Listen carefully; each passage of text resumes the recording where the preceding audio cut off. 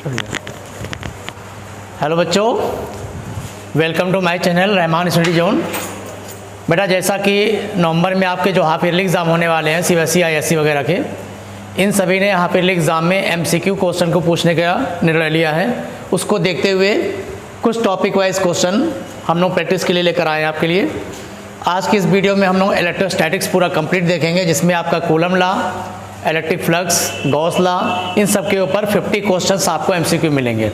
ठीक, MCQ question की सारी सीरीज करने के बाद फिर कुछ क्वेश्चन हम लोग एसेशन रीजन के भी आपको प्रैक्टिस करा देंगे। ठीक, तो चलिए आज हम लोग स्टार्ट करते हैं। बेटा, टॉपिक हम लोग का क्या होगा? Coulomb law, electric field, electric flux, Gauss theorem. इसके ऊपर सारे 50 क्वेश्चन आपको अच्छे अच्छे क्वेश्चन मिलेंगे जो एग्जाम के आने लायक हैं, इंपॉर्टेंट क्वेश्चन। ठीक, चलिए पहला क्वेश्चन देखिए बेटा। An electric shock is experienced on opening the door of a car due to, यानी किसी कार का दरवाजा खोलते समय आपको इलेक्ट्रिक शॉक लग सकता है या लगता है हल्का फुल्का, तो किसकी वजह से लगता है, उसका रीजन क्या है? तो पहला heating of car engine, discharge of electric charge, motion of car, none of this. तो इसका ऑप्शन क्या सही होगा? Discharge of electric charge. क्योंकि जब कार चल रही होती है तो जो एयर का फ्रिक्शन काम करता है उसकी बॉडी पर, जिससे कुछ चार्ज उसके ऊपर जनरेट हो जाते हैं। जब आप उसको टच करते हो तो आपकी बॉडी कंडक्टर होने की वजह से चार्ज का फ्लो होता है, उसको बोलते हैं डिस्चार्जिंग ऑफ। ठीक, चलो नेक्स्ट क्वेश्चन देखते हैं। A soft bubble is given a negative charge then its radius. एक सॉफ्ट बबल को अगर हम नेगेटिव चार्ज देते हैं तो उसकी जो साइज होगी, उसकी जो रेडियस होगी, उस पर क्या इफेक्ट पड़ेगा? बेटा, साइज इसकी हमेशा बढ़ेगी, चाहे आप नेगेटिव चार्ज दीजिए और चाहे पॉजिटिव चार्ज दीजिए। ठीक है, साइज क्या होगी? इंक्रीज करिए। इंक्रीज करने का रीजन क्या है कि जब आप सोप बबल को चार्ज देंगे तो सोप बबल चूंकि लिक्विड कंडक्टर है, इसलिए सारे चार्ज के आउटर सरफेस पे आ जाएंगे, चाहे आप पॉजिटिव चार्ज दीजिए चाहे नेगेटिव चार्ज दीजिए। दोनों ही केस में इसके बॉडी पर सरफेस पर चार्ज आएगा और ये चार्ज जो होंगे आपस में जब बॉडी पर फैल जाएंगे तो आपस में इनके बीच में रिपल्सन फोर्स लगेगा। उस रिपल्सन फोर्स की वजह से इनकी साइज क्या होगी? इंक्रीज करेगी। ठीक, नेक्स्ट क्वेश्चन देखो। क्वेश्चन नंबर 3 है, if two bodies are rubbed and one of them acquire Q1 charge and another requires Q2 charge, then ratio of Q1 and Q2। कह रहा है हमारे पास दो बॉडी है, अगर दोनों को आपस में रब किया जाए, रगड़ा जाए, उसमें से अगर एक बॉडी पर Q1 चार्ज आता है और दूसरी पर Q2 चार्ज आता है तो इनका रेशियो क्या होगा? तो जब भी आप जानते हैं दो बॉडी को आपस में रगड़ा जाए तो दोनों बॉडी इक्वल चार्ज होती हैं, लेकिन एक पर पॉजिटिव चार्ज होता है और दूसरे पर नेगेटिव चार्ज होता है। तो अगर वैल्यू की बात की जाए तो Q1 और Q2 की जो वैल्यू होगी, वैल्यू सेम होगी लेकिन नेचर डिफरेंट होगा। तो उसके लिए हम लोग रेशियो क्या लगाएंगे? -1:1। चार्ज की वैल्यू सेम, एक पर पॉजिटिव एक पर नेगेटिव चार्ज। ठीक, next question. In charging by induction, अगर इंडक्शन मेथड से आप किसी बॉडी को चार्ज करना चाहते हो तो इसके लिए उस बॉडी के अंदर क्या नेचर होना चाहिए, बॉडी कैसी होनी चाहिए? पहला ऑप्शन देखिए आपको क्या कह रहा है, body to be charge must be an insulator. जिस बॉडी को आप चार्ज करने जा रहे हैं वो इंसुलेटर होना चाहिए। Body to be charge must be semi conductor. Next है body to be charge must be conductor. और लास्ट है any type of body can be charge by induction. Induction method से जिस बॉडी को आप चार्ज करने जा रहे हो जरूरी है कि वो बॉडी हमारी कंडक्टर होनी चाहिए, क्योंकि इंडक्शन मेथड के अंदर क्या होता है, बिना बॉडी के टच किए कोई चीज़ चार्ज होती है। जैसे मान लीजिए हमारे पास ये एक बॉडी है जो पॉजिटिव चार्ज है और एक दूसरी बॉडी है जिसको हम चार्ज करना चाहते हैं। अगर ये बॉडी कंडक्टर होगी तभी इसके अंदर के सारे चार्ज के बाउंड्री सरफेस पर माइनस इधर और प्लस इधर आ जाएगा। बाद में इसको अर्थ से जोड़ दोगे, नेगेटिवली चार्ज बन जाएगी। तो नेगेटिव चार्ज हो या पॉजिटिवली चार्ज हो, किसी बॉडी को इंडक्शन मेथड से अगर चार्ज करना है तो ये जरूरी है कि वो बॉडी कैसी होनी चाहिए? कंडक्टर होनी चाहिए, तभी चार्ज हमारा इस तरफ और इस तरफ मूव कर पाएगा। ठीक, नेक्स्ट क्वेश्चन देखो। नेक्स्ट क्वेश्चन है, if a body gives out of 10⁹ electrons पर सेकेंड, अगर किसी बॉडी के अंदर से 10⁹ इलेक्ट्रॉन पर सेकेंड निकाल दिए जाएं तो how much time is required to get total charge of 1 coulomb from it. तो 1 कूलम का चार्ज निकालने के लिए कितना टाइम लगेगा? तो आप पता करिए पहले 1 कूलम चार्ज के अंदर कितने इलेक्ट्रॉन होते हैं। तो हम जानते हैं 1 कूलम चार्ज का मतलब होता है 6.25 × 10⁻18 इलेक्ट्रॉन्स। अगर आप 1 कूलम चार्ज निकालना चाहते हैं तो इसका मतलब इतने इलेक्ट्रॉनों को आपको निकालना होगा। और हम कितने इलेक्ट्रॉन निकाल 10⁹ इलेक्ट्रॉन पर सेकेंड निकालने की जो रेट है वो 1 सेकंड में इतने इलेक्ट्रॉन निकाल रहे हैं। तो टोटल इतने इलेक्ट्रॉन को निकालने के लिए कितना टाइम लगेगा? तो टाइम आपका हो गया total charge to be removed 6.25 10⁻18 और हम निकाल रहे हैं पर सेकंड 10⁹ इलेक्ट्रॉन्स। ये जाके पावर माइनस हो जाएगी 6.25 × 10⁻ 9, यही आपका आंसर हो जाएगा। इतने सेकंड लगेंगे और इस सेकंड को आपको निकालना है। देखिए ऑप्शन जो आपका दे रहा है मिनट में, आवर में है, डेज में है, ईयर्स में है। तो ये हमारा जो टाइम आया है ये सेकंड में आया है। अब इस सेकंड को आप ईयर बनाइए, डेज बनाइए, तो क्या करना होगा 6.25 इंटू 10 के पावर 9, ये तो सेकंड हुआ।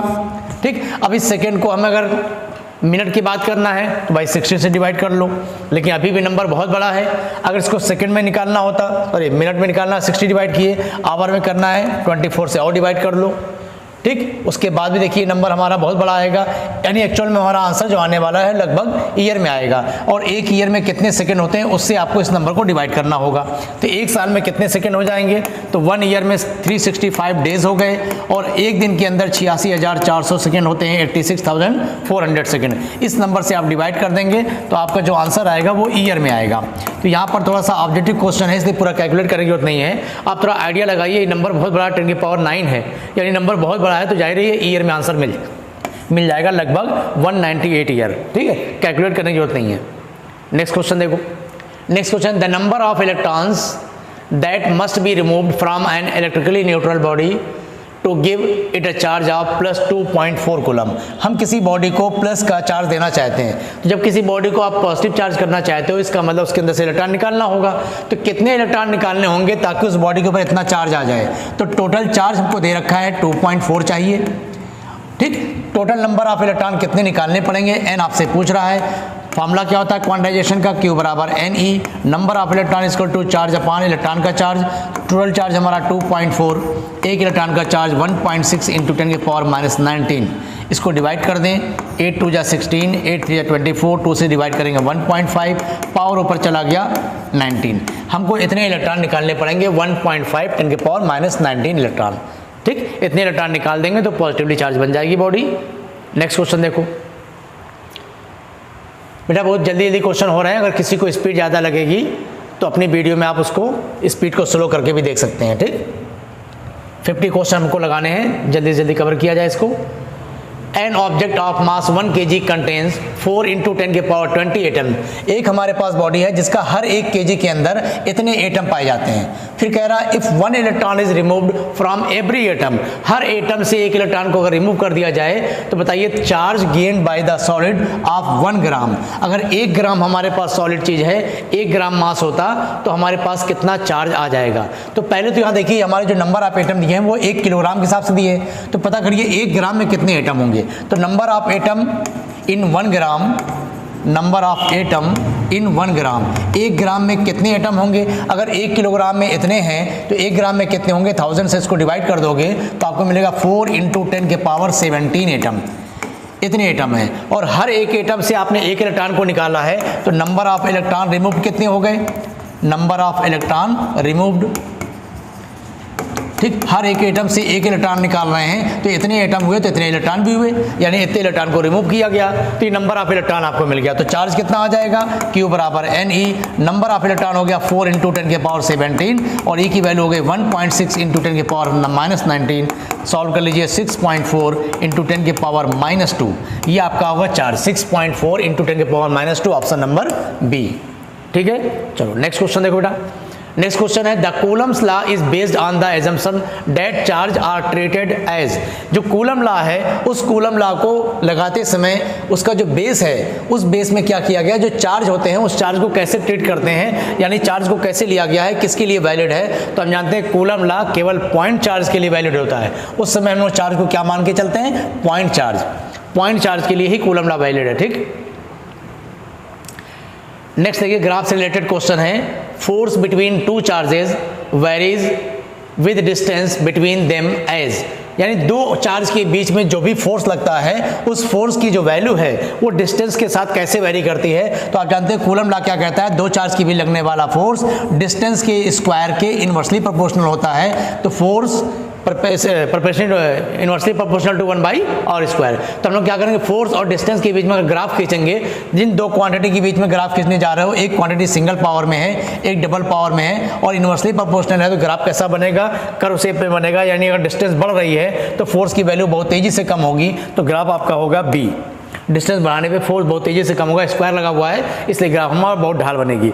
अच्छा, कभी कभी देखिए किसी क्वांटिटी में क्या होता है, अगर ये ऐसा होता ठीक है, फिलहाल तो ऐसा नहीं है। अगर ये ऐसा होता तो ग्राफ कैसा बनता, ये फोर्स है, ये डिस्टेंस है, तो ग्राफ तो भी स्लोप आता है, लेकिन स्लोप होती थोड़ा कम रखी जाती है। जब किसी क्वांटिटी में स्क्वायर लगा हो तो ग्राफ की स्लोप थोड़ा ज़्यादा कर देते हैं। ठीक, तो फिलहाल ये तो नहीं है ना।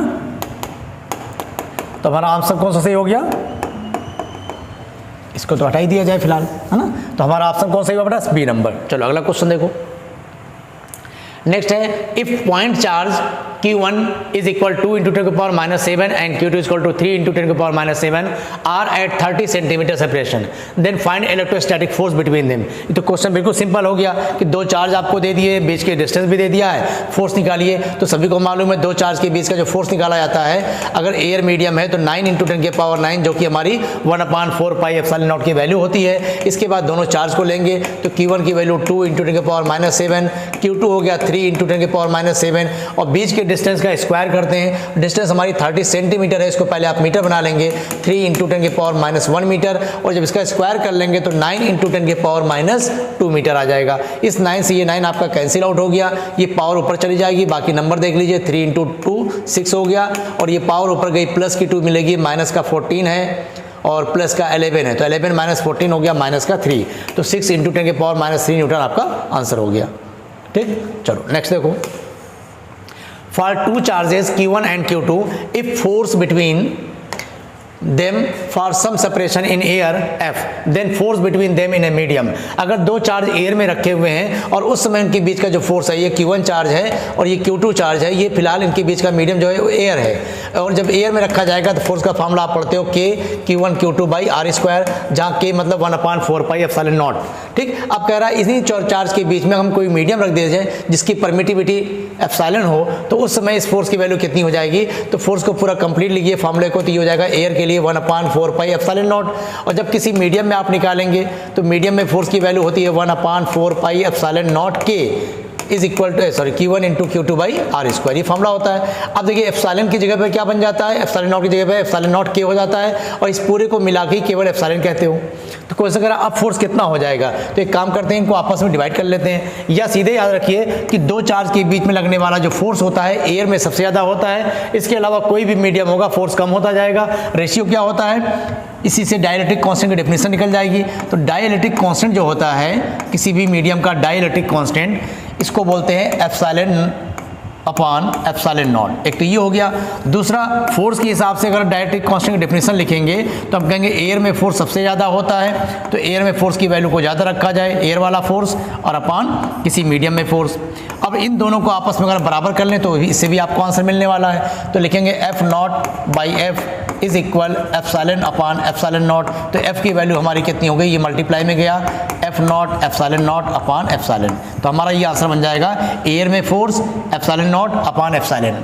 तो एयर में force epsilon not upon epsilon, पहला ही हमारा आंसर हो जाएगा। ठीक, और ऐसे करना होता तो इनको आपस में डिवाइड करते, दोनों फोर्स के बीच में रिलेशन मिल जाता। ठीक, चलो नेक्स्ट क्वेश्चन देखो। चलिए बेटा नेक्स्ट क्वेश्चन है, in the ratio of the forces between two small spheres with constant charge, sorry पूरा क्वेश्चन नहीं आ पा रहा, चलो नेक्स्ट देखिए। चलो अब देखें, the ratio of the force between two small spheres with constant charge, पहला ऑप्शन दिया हुआ एयर, सेकंड ऑप्शन दिया in a medium of dielectric constant K। तो रेशियो निकालना है फोर्स का जब वो दोनों स्फीयर हमारे पहले एयर में रखे हों और उसके बाद किसी मीडियम में रखे हों। तभी हमने आपको डाइलेक्ट्रिक कांस्टेंट की जो डेफिनेशन है वो बताई कि डाइलेक्ट्रिक कांस्टेंट की जो डेफिनेशन होती है, एयर में फोर्स सबसे ज़्यादा होता है, जो चीज़ ज़्यादा होती है उसको परखते हैं, तो एयर में लगने वाला फोर्स और अपॉन मीडियम में लगने वाला फोर्स। ठीक, ये इसकी डेफिनेशन हो गई।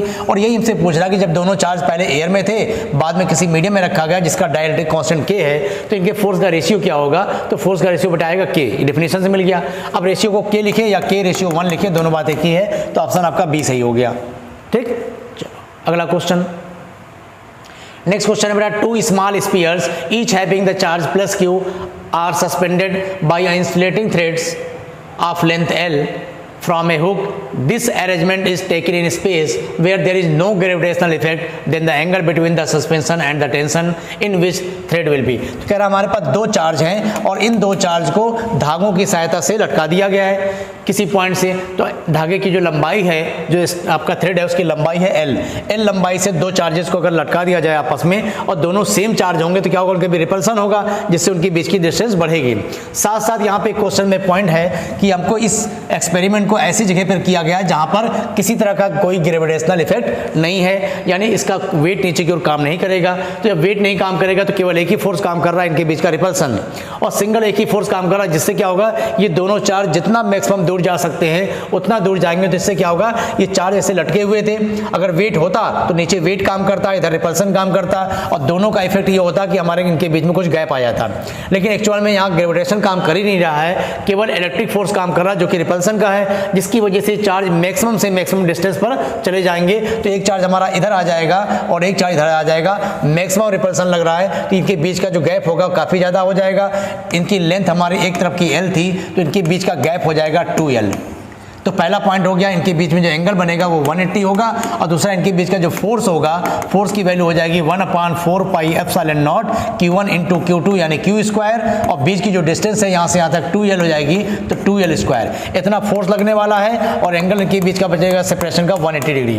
तो आपका ऑप्शन देखिए पहला सही हो गया, 180 degree 1/4 pi epsilon not Q square upon 2L square. ठीक, अगर ये ग्रेविटेशन फोर्स वाली बात नहीं लिखा होता तब इस क्वेश्चन को दूसरे तरीके से किया जाता।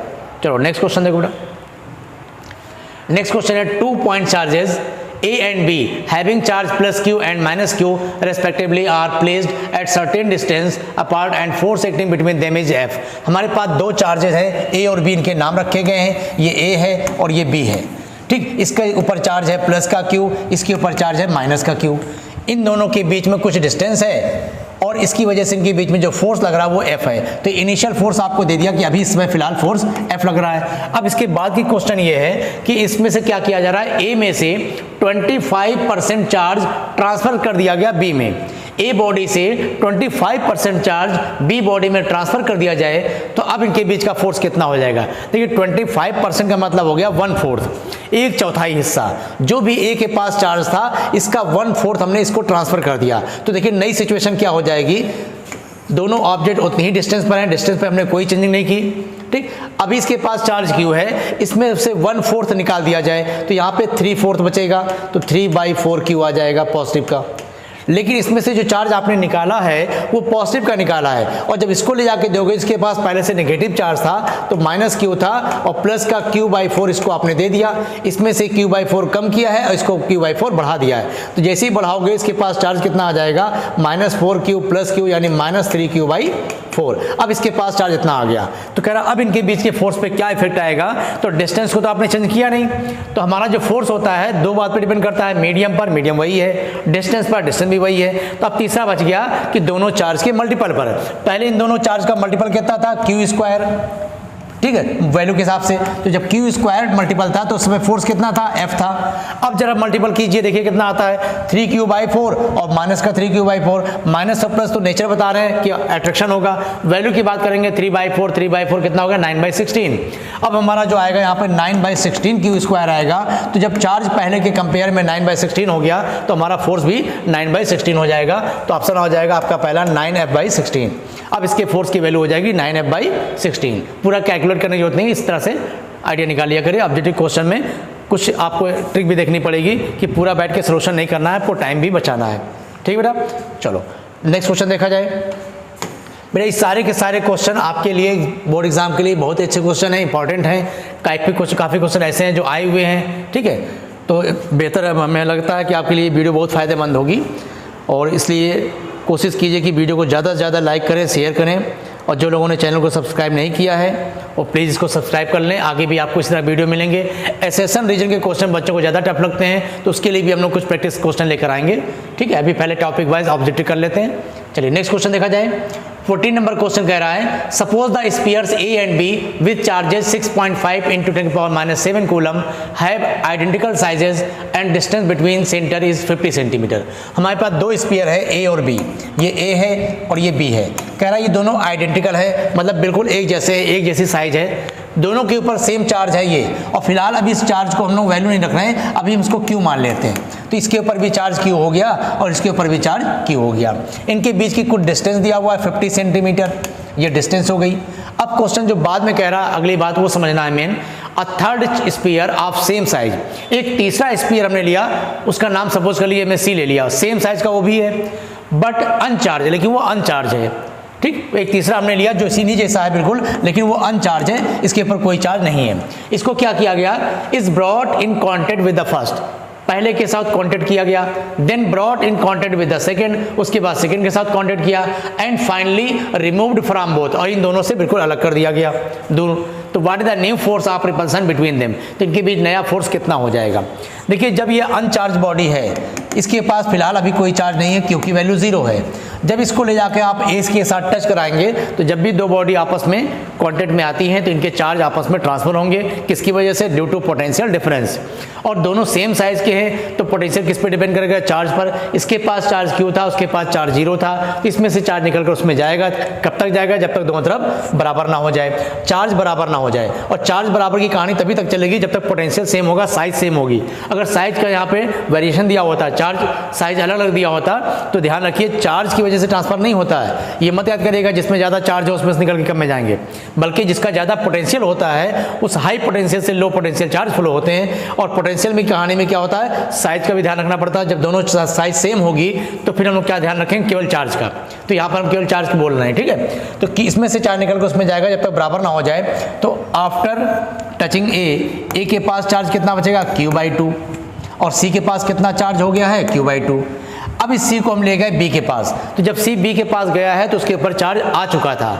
अब इन दोनों के चार्ज को आप ऐड करिए, Q और Q/2 ऐड हुआ और इसका हाफ कर देंगे, तो कितना हो जाएगा, ये 3Q/2 और ये 3Q/4। यानी इससे टच करने के बाद बी के पास कितना चार्ज आ गया, 3Q/4, और सी पर भी आ गया 3Q/4। सी को तो फाइनली हमने हटा ही दिया है। तो ए और बी के जो नए चार्ज होंगे वो आपके पास इस सिचुएशन में होंगे कि इसके पास Q/2 होगा, इसके पास 3Q/2 होगा। अब इनके बीच का फोर्स निकाल दीजिए, वही आपका आंसर हो जाएगा। तो अब इनके बीच का जब फोर्स निकालेंगे, फोर्स की वैल्यू हो गई 9 × 10⁹। Q1 की वैल्यू आपकी Q/2, Q2 की वैल्यू है 3Q/4, और इनके बीच की जो डिस्टेंस है 50 सेंटीमीटर, इसको आप मीटर बना लें तो 50 सेंटीमीटर को आप कह सकते हैं 1/2 मीटर, ठीक है। तो अगर पावर में रख लिया जाए 50 सेंटीमीटर को कह देंगे 5 × 10⁻⁻1, 5 × 10⁻⁻1 मीटर स्क्वायर कर लें तो 25 × 10⁻²। अब इसी को सॉल्व कर लेंगे, मेरा आंसर हो जाएगा। क्यू की वैल्यू आपको दे रखा है, तो देखिए कैसे सॉल्व किया जाता है इसको।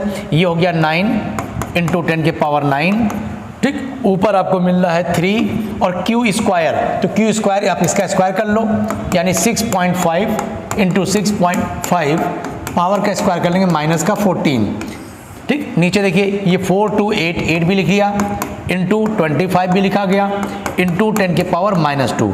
अब देखिए यहाँ से 25 8 जो आपको मिलेगा 200, और उस 200 के जो 2 जीरो होंगे -2 के साथ कैंसिल हो जाएंगे, केवल 2 बचेगा, और उस 2 को हम ऊपर किसी से डिवाइड कर लिया जाए तो फोर्स की वैल्यू आपको मिल गई 9 और 3 हो गया 27 × 6.5 × 6.5, और नीचे हमें 2 भी मिला था उससे डिवाइड भी करना है, और पावर आपके ऊपर बची है -14 और +9, तो हो जाएगा -5, और नीचे आपको 2 भी है, इस 2 से हमें डिवाइड भी करना है।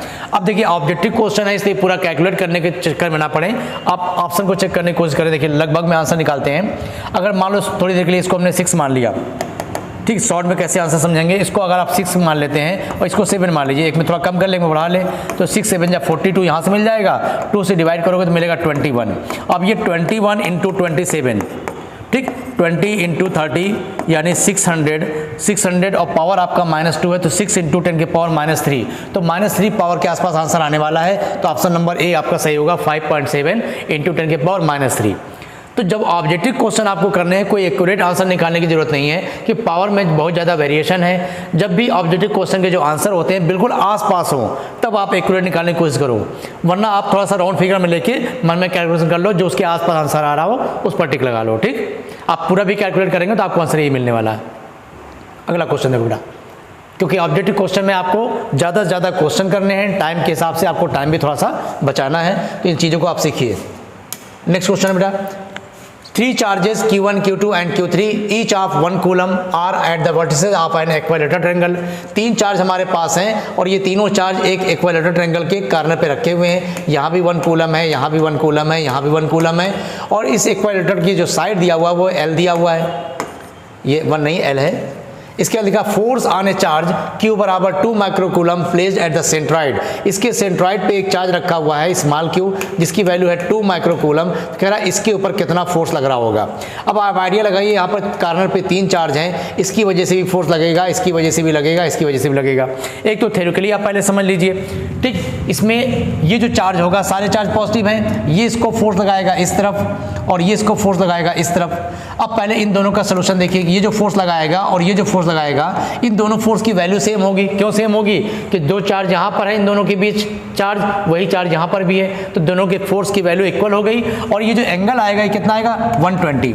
जब दो वेक्टर क्वांटिटी सेम हो और 120 डिग्री पर काम करे तो उनका रिजल्ट भी उन्हीं के इक्वल होता है। तो इन दोनों फोर्स का जो रिजल्ट होगा वो बीच में काम करेगा और कितना होगा? इन्हीं दोनों में से किसी भी एक फोर्स के इक्वल। यानी अगर ये F है और ये F है तो बेटा ये भी F होगा, रिजल्ट भी F होगा। अब बचता है तीसरा चार्ज। ये तीसरा चार्ज इसके ऊपर फोर्स लगाएगा इस तरफ और इन दोनों चार्ज की वैल्यू भी वही है जो पहले बाकी दो लोगों की थी, डिस्टेंस भी वही है, इसलिए ये भी फोर्स हमारा F होगा और फाइनली ये हमारा कैंसिल हो जाएगा, यानी नेट फोर्स हो गया 0। एक तो ये तरीका होगा। दूसरा, हमारा जो सेंट्रॉइड होता है इक्विलेटरल ट्रायंगल का, जो सेंट्रॉइड होगा वो सेंट्रॉइड इसके सर्कल अगर खींचोगे तो जो सर्कल का सेंटर होगा वो भी यही सेंटर होगा।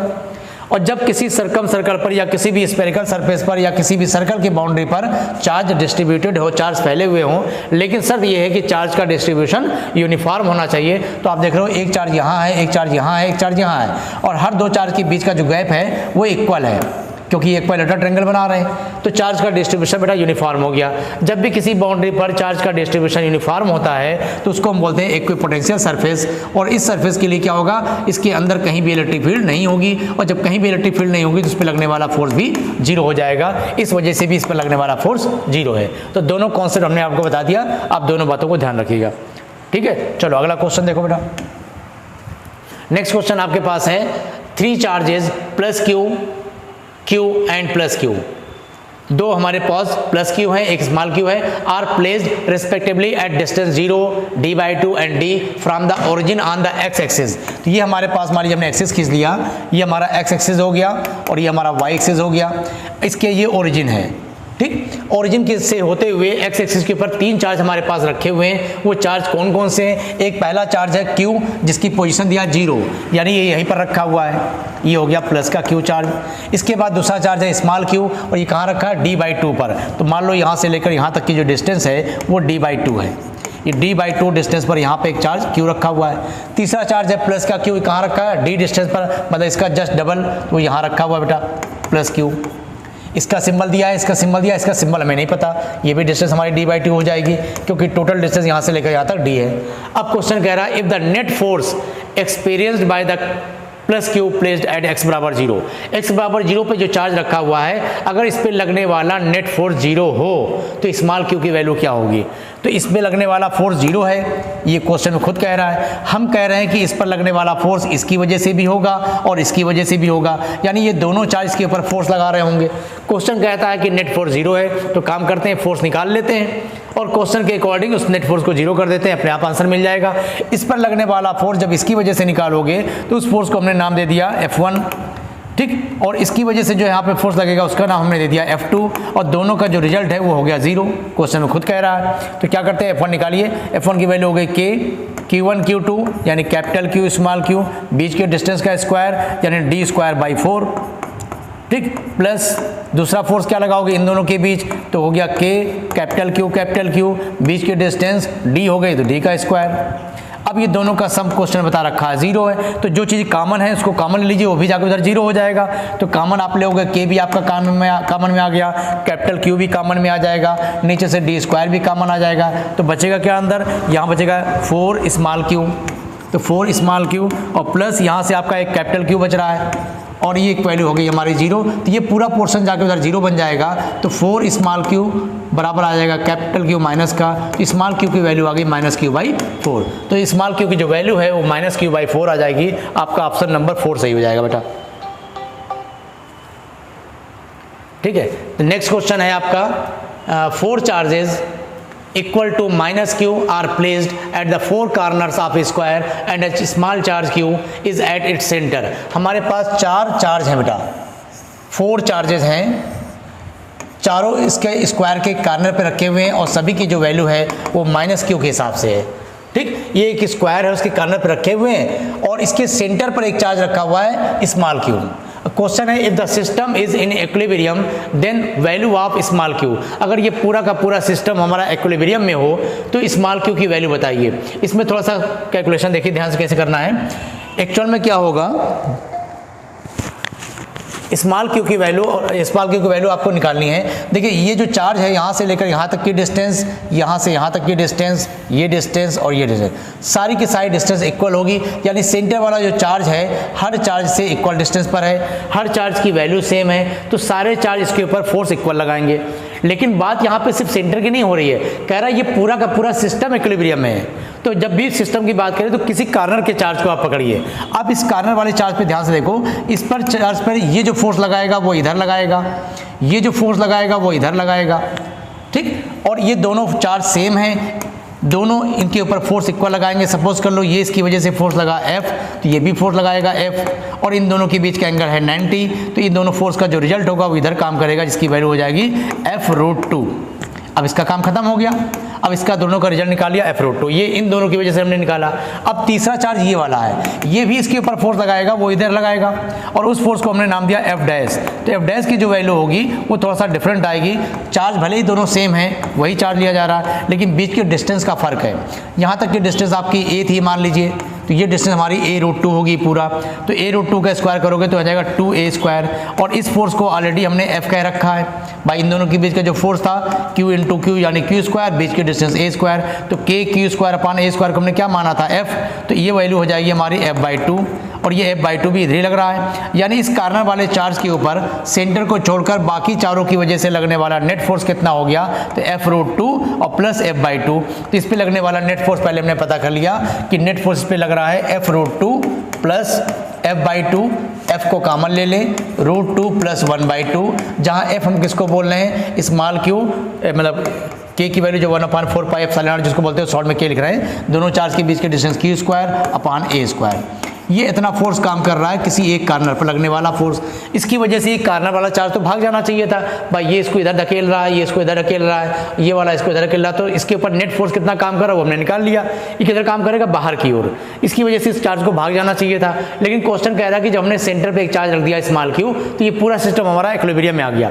इसका मतलब ये स्मॉल क्यू पहली बात तो नेचर में नेगेटिव होगा, और दूसरी बात इन दोनों के बीच में लगने वाला जो अट्रैक्शन फोर्स होगा, ये जो अट्रैक्शन फोर्स होगा F', ये इसके ऊपर लगने वाले नेट फोर्स के बराबर होना चाहिए, तभी ये सिस्टम हमारा इक्विलिब्रियम में होगा। तो हमारा जो फोर्स आया है KQ² / a² ब्रैकेट में √2 प्लस 1/2, ये किसके बराबर करना है, इन दोनों के बीच लगने वाले अट्रैक्शन फोर्स के बराबर। तो फोर्स निकाल लीजिए K, इन दोनों चार्ज को ले लिया गया, कैपिटल Q स्मॉल q, और बीच की जो डिस्टेंस है, अच्छा सिंबल भी ये लेम्बा सिंबल के साथ लेंगे तो माइनस में लिखेंगे, और ऐसे मैंने बताया कि इसका जो नेचर होगा वो नेगेटिव होगा। इनके बीच की डिस्टेंस कितनी होगी, अगर साइड A है तो ये पूरा a√2 होगा, और a√2 का जो आधा करोगे तो a/√2, और a/√2 का स्क्वायर करेंगे तो a²/2, तो 2 हमने इधर कर लिया। ठीक, अब इसको सॉल्व कर ले, दोनों में जो चीज़ें कैंसिल हो रही हैं उसको कैंसिल कर दे, जो बचेगा वो आपका आंसर हो जाएगा। तो K से K कैंसिल आउट हो गया, कैपिटल Q से एक कैपिटल Q कैंसिल हो गया, a² से a² कैंसिल हो गया, आपका यहाँ पर एक कैपिटल Q बचा हुआ है, अंदर √2 प्लस 1/2 बचा हुआ है, और इधर आपके पास बचा है माइनस का 2 स्मॉल q। 2 को नीचे ले आइए, आपका आंसर हो गया। स्मॉल q की वैल्यू नेगेटिव में आई, 2 को नीचे लाए तो Q/2 ब्रैकेट में √2 प्लस 1/2।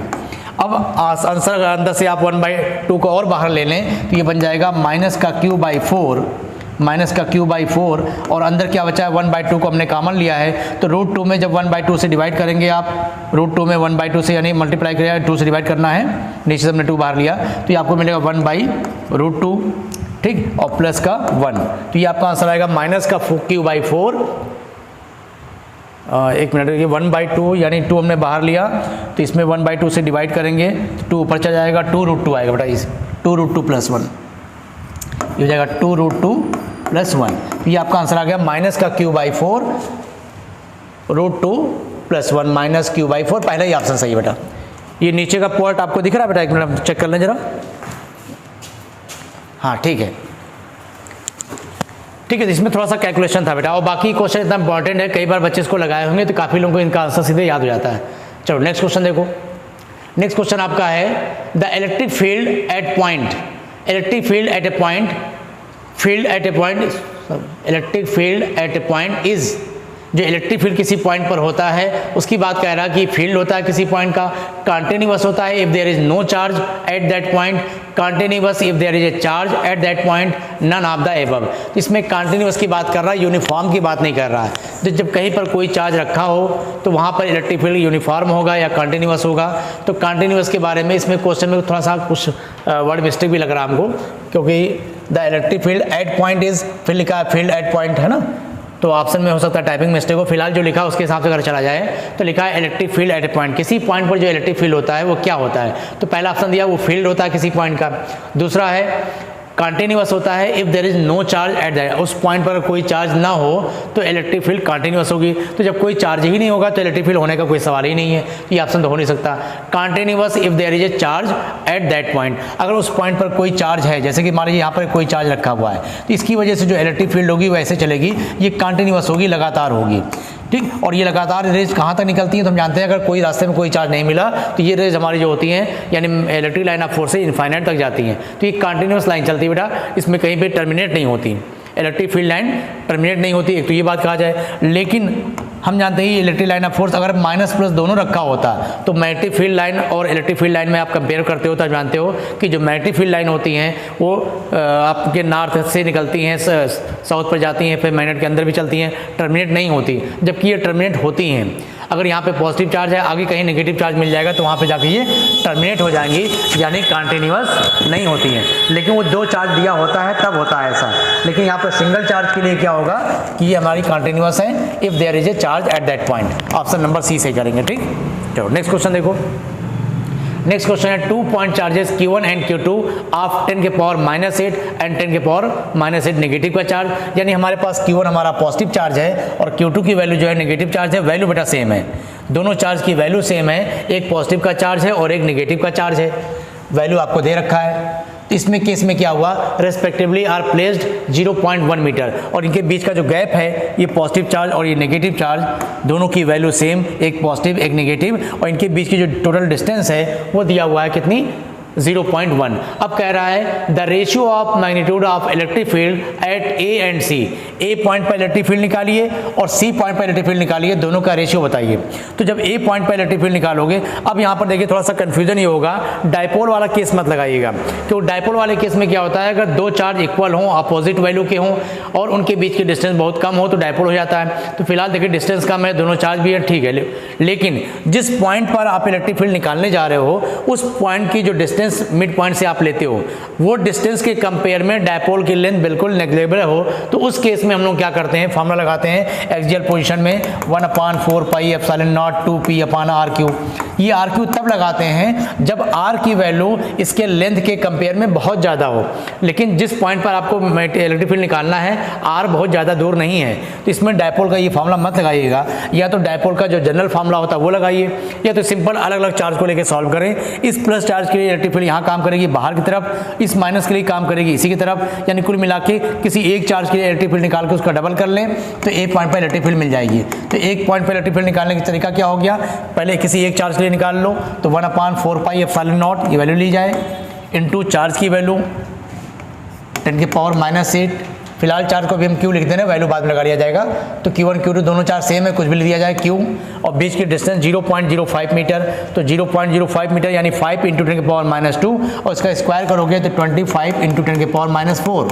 ये एक चार्ज के लिए आ गया, और दोनों के लिए इलेक्ट्रिक फील्ड इसी काम कर रही है, तो इसी का सीधे हम डबल कर दें, इसी को हम डबल करते हैं, सीधे हमको आंसर मिल जाएगा, ए पॉइंट पर इलेक्ट्रिक फील्ड की वैल्यू आ गई।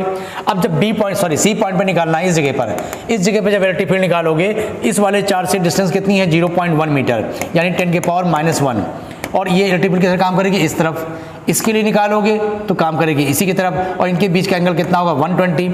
अब देखिए दोनों चार्ज की वैल्यू सेम, दोनों चार्ज से डिस्टेंस सेम, तो दोनों इलेक्ट्रिक फील्ड भी हमारी सेम आएगी, और जब दो इलेक्ट्रिक फील्ड सेम है यानी दो वेक्टर सेम वैल्यू के हैं और दोनों के बीच का एंगल 120 है, तो इस केस में क्या होगा, दोनों की वैल्यू बेटा सेम है और 120 डिग्री काम कर रहे हैं, तो इन दोनों का जो रिजल्ट होगा वो रिजल्ट इधर काम करेगा और उसकी वैल्यू भी किसी एक फोर्स के बराबर होगी, किसी एक इलेक्ट्रिक फील्ड के बराबर होगी। तो सी पॉइंट पर जब इलेक्ट्रिक फील्ड निकालेंगे तो किसी एक चार्ज की इलेक्ट्रिक फील्ड निकाल दे, वही मेरा आंसर होगा। तो 1/4 पाई एप्सिलॉन नॉट, और चार्ज की वैल्यू एक ले लेंगे, वैल्यू के हिसाब से दोनों सेम है। डिस्टेंस यहाँ से यहाँ से ले होंगे 10⁻²। ठीक, एक चार्ज के लिए निकाला गया और यही हमारा आंसर हुआ। अब दो के लिए इसमें मत निकालना, क्योंकि इसमें दो के लिए निकाला गया, दोनों एक डायरेक्शन में थे, इसमें दोनों 120 डिग्री पे काम कर रहे थे, इन दोनों का मिला के रिजल्ट किसी एक के बराबर होगा। अब इन दोनों का रेशियो हमको चाहिए, तो जब रेशियो निकालोगे तो क्या मिल जाएगा, देखो आपका ये पूरा से पूरा कैंसिल हो गया, क्यू से क्यू कैंसिल हो गया, आपका क्या बचा बेटा यहाँ बचा है 2/25 10⁻⁻4, और इसमें आपके पास बच रहा है 1/10⁻²। ये हो गया 2 × 10⁻² डिवाइडेड बाई 24 5 × 10⁻⁻4। -4 ऊपर गया तो +4 में 2 चला गया 2, तो 200/25 आपका ये बन जाएगा 8:1। तो ऑप्शन आप बेटा आ जाएगा 8:1 का। ठीक, एक मिनट जरा, एक कॉल आ रही है, जरा मैसेज कर देते हैं।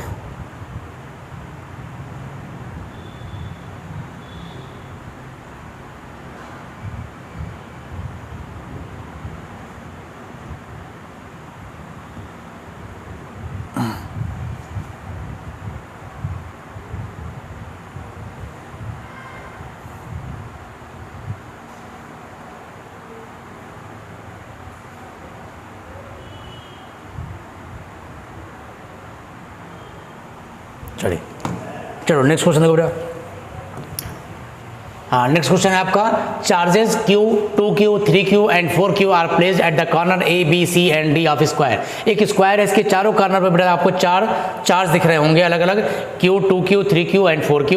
अब कह रहा है in the figure the direction of electric field at the centre of the square. इस स्क्वायर के सेंटर पे जो इलेक्ट्रिक फील्ड होगी उसकी केवल डायरेक्शन आपको बताना है, AB तरफ होगी, CB की तरफ होगी, BD तरफ होगी या ऐसी तरफ। देखिए ये चार्ज 2Q पॉजिटिव चार्ज है, इसकी वजह से इलेक्ट्रिक फील्ड इधर काम करेगी।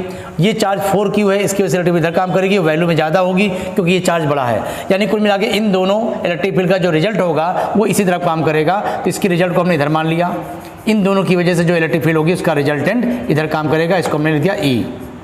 ठीक, अब बात आती है इन दोनों चार्ज की, इसको अलग कलर से देखें।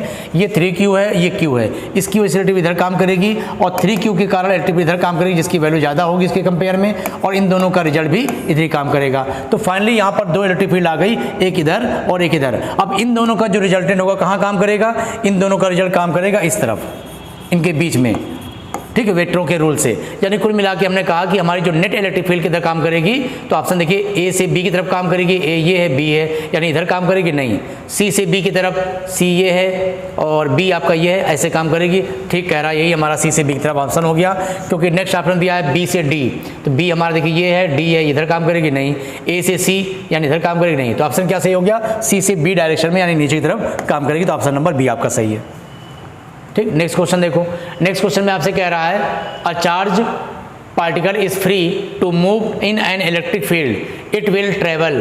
एक चार्ज पार्टिकल है जो किसी इलेक्ट्रिक फील्ड में चलने के लिए फ्री है। तो अगर इलेक्ट्रिक फील्ड में चलने के लिए फ्री है तो सपोज कर लीजिए आपका इलेक्ट्रिक फील्ड इस तरफ काम कर रही है। ठीक, और इस इलेक्ट्रिक फील्ड के अंदर कोई भी चार्ज रखा हुआ है, पॉजिटिव है नेगेटिव है, कोई सिंबल तो नहीं दिया, नहीं, एक पॉजिटिव मान लिया हमने। तो जैसे ही कोई पॉजिटिव चार्ज इलेक्ट्रिक फील्ड में रखा हुआ है तो तुरंत इसके ऊपर एक फोर्स लगेगा इलेक्ट्रिक फील्ड की तरफ। अगर नेगेटिव चार्ज होता तो फोर्स लगता है इलेक्ट्रिक फील्ड के अपोजिट। ठीक, मतलब कुल मिला के कोई भी चार्ज रखा हो तो उसके ऊपर फोर्स लगेगा और फोर्स की जो डायरेक्शन होगी वो इलेक्ट्रिक फील्ड के पैरेलल होगी। तो पहला क्वेश्चन कह रहा है कि जब इसमें कोई चार्ज रखा गया, चार्ज चलने के लिए फ्री है, तो बताइए उसमें क्या होगा। लिखा पहला option always along a line of force, यानी जो पार्टिकल है वो हमेशा इलेक्ट्रिक फील्ड के लाइन के अलोंग चलेगा। क्या ऐसा जरूरी है, क्योंकि चार्ज कैसे रखा था कि लिखा था रेस्ट में है, तो भैया जब चार्ज रेस्ट में है तो उस पर लगने वाला जो फोर्स होगा वो इलेक्ट्रिक फील्ड के पैरेलल ही होगा। तो इसलिए इस चार्ज को इलेक्ट्रिक फील्ड के पैरेलल ही चलना होगा, यानी अलोंग लाइन ऑफ फोर्स हमारा पहला ऑप्शन सही है। फिर भी आगे देखिए, नेक्स्ट ऑप्शन कह रहा है along a line of force if it's initial velocity is 0। ठीक, अगर इनिशियल वेलोसिटी 0 होती, इसका मतलब रेस्ट में होता, तभी वो उस अलोंग चलेगा। यानी यही बात तो हमारी 100% क्लियर हो रही है, इसमें तो कहीं क्लियर नहीं कर रहा कि हमारा चार्ज कैसे है। इसमें तो बोला नहीं, स्टार्टिंग में बोला था कि चार्ज हमारा फ्री है मूव करने के लिए, लेकिन चार्ज कैसे है, रखा हुआ है या कहीं से चलते हुए आ रहा है। इसमें क्लियर हुआ हमको कि along a line of force काम करेगा जब वो इनिशियल वेलोसिटी जीरो हो या मतलब रेस्ट में हो। अगर शुरुआत की वेलोसिटी जीरो होती तो इसी के अलोंग चलता, ये ऑप्शन सही है। थर्ड ऑप्शन में कह रहा है along a line of force if it has some initial velocity in the direction of acute angle. अगर वो इलेक्ट्रिक फील्ड के साथ किसी एक्यूट एंगल पर चल रहा होता तो फिर उसी के अलोंग चलता, तो ये गलत है। ठीक है, इसे होता तो इसमें क्या होता, अगर मान लो पहले से चार्ज ऐसे आ रहा है तो ये ऐसे जाके से टर्न हो जाता, तो स्ट्रेट नहीं चलेगा, अलोंग पैरेलल लाइन नहीं चलेगा। ठीक, तो हमारा बी ऑप्शन सही होगा इसमें। नेक्स्ट है two field lines can never cross each other. दो फील्ड लाइन एक दूसरे को कभी क्रॉस नहीं करती, चाहे वो मैग्नेटिक लाइन ऑफ फोर्सेज हो चाहे इलेक्ट्रिक लाइन ऑफ फोर्सेज हो। क्रॉस ना करने का रीजन क्या है, पहला ऑप्शन दे रहा field lines are close curve. जो इलेक्ट्रिक फील्ड लाइन होती है वो क्लोज कर्व बनाती हैं, चलिए वो तो ठीक है। अगला देखते हैं, field lines repels each other, क्योंकि रिपेल करती हैं, ऐसा भी नहीं है। Field lines crowded only near the charge, केवल चार्ज के पास में इकट्ठा होती हैं, बाहर दूर दूर हो जाती हैं, तो ये तो डिपेंड नहीं करता, ये तो डिपेंड करता है चार्ज के नेचर पर। लास्ट ऑप्शन लिखा है field lines are unique direction at each point. यही सही है कि जो फील्ड लाइन होती हैं हर पॉइंट पर उनकी एक यूनिक डायरेक्शन होती है, एक ही पॉइंट पर दो अलग अलग डायरेक्शन नहीं हो सकती। ठीक, ऑप्शन नंबर डी। नेक्स्ट देखिए, what is the angle between the electric dipole moment and the electric field strength due to it on the equatorial line. किसी भी डायपोल की वजह से इक्वेटोरियल लाइन पर जो इलेक्ट्रिक फील्ड होगी और डायपोल का जो मोमेंट होगा उनके बीच एंगल कितना होगा। तो ये मान लीजिए कि आपके पास डायपोल है, ये उसका नेगेटिव चार्ज है, ये पॉजिटिव चार्ज है। इलेक्ट्रिक डायपोल मोमेंट जिसको आप P बोलते हो उसकी डायरेक्शन नेगेटिव से पॉजिटिव होती है। अगर डायपोल यहाँ रखा हुआ तो इसका डायपोल मोमेंट की डायरेक्शन ये हो जाएगी। और इस डायपोल की वजह से जो इसकी इक्वेटोरियल लाइन है, ये जो इक्वेटोरियल लाइन है, यहाँ कहीं अगर आप इलेक्ट्रिक फील्ड निकालते हो तो आपको डायरेक्शन मालूम होगा। इलेक्ट्रिक फील्ड की जो वैल्यू होगी इस नेगेटिव चार्ज के लिए इधर काम करेगी और पॉजिटिव चार्ज के इधर काम करेगी, और इन दोनों का रिजल्ट जो होगा वो इधर मिलेगा। यानी इक्वेटोरियल लाइन के ऊपर जो इलेक्ट्रिक फील्ड की डायरेक्शन होती है वो इधर हो गई, और हमारा जो डायपोल मोमेंट है उसकी डायरेक्शन इधर है। यानी ये दोनों डायरेक्शन के हिसाब से एक दूसरे के अपोजिट हैं, यानी इनके बीच का एंगल कितना हो जाएगा, 180 डिग्री। ठीक, चलो next, the ratio of electric field on the axial axis and equator of N electric dipole. Same वही क्वेश्चन है, इस बार कह रहा है कि आपको रेशियो बताना है इलेक्ट्रिक फील्ड का जबकि एक्सियल पोजीशन निकाला जाए और इक्वेटोरियल पोजीशन निकाला जाए। तो अभी हमने देखा किसी डायपोल की वजह से इलेक्ट्रिक फील्ड का निकालना फॉर्मूला क्या होता है, ये हमारे पास डायपोल रखा है -q + q। इस डायपोल की वजह से इसकी एक्सियल लाइन पर यहाँ पर कहीं इलेक्ट्रिक फील्ड निकाला जाए सेंटर से r डिस्टेंस पर, तो इसकी इलेक्ट्रिक फील्ड का फॉर्मूला होता है 1/4πε0 2p/r³। और इतनी डिस्टेंस पर अगर हम इसकी इक्वेटोरियल लाइन पर निकालते तो फॉर्मूला आता है 1/4πε0 p/r³। यानी इक्वेटोरियल लाइन पर जो इलेक्ट्रिक फील्ड होती है वो एक्सियल पोजीशन वाली वैल्यू की जस्ट हाफ होती है।